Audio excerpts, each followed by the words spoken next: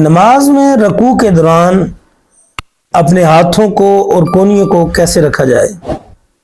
جواب یہ ہے کہ مرد کے لیے چاہیے کہ وہ گھٹنوں پہ جب ہاتھ رکھے تو دبا کر ہاتھ رکھے، اپنی پشت کو بالکل سیدھا رکھے۔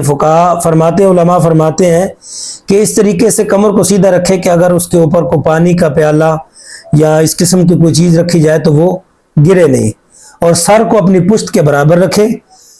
یہ مرد کے لیے حکم ہے۔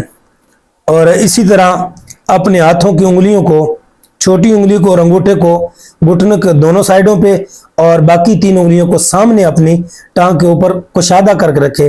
یوں اگر وہ اس طریقے سے رکوع کرے گا، اور بعض علماء فرماتے ہیں کہ اس میں مزید آسانی کے لیے آپ جب رکوع میں جائیں مرد حضرات کے لیے تو وہ اپنے پاؤں کی انگلیوں کا جو پنجہ ہے اس پہ زور دیں تو ایٹومیٹیکلی اس کا رکوع بالکل درست ہو جائے گا، اس میں کوئی خامی باقی نہیں رہے گی۔